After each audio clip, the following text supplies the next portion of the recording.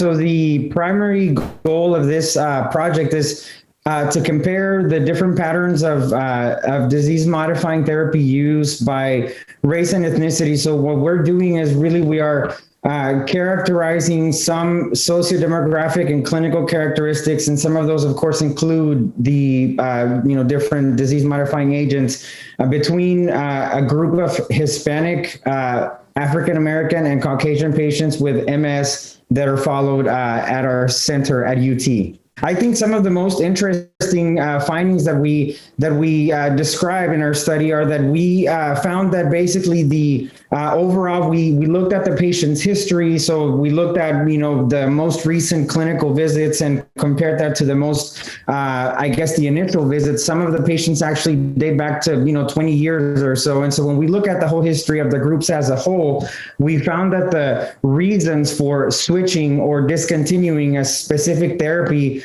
and even things like side effects, for example, actually are different between race, and ethnic groups, which I think is very interesting. And then also the responses to individual treatments amongst the different groups are also variable between the groups. And I think this is something that that hasn't really been explored before. So it's very interesting to see that, in our cohort of patients.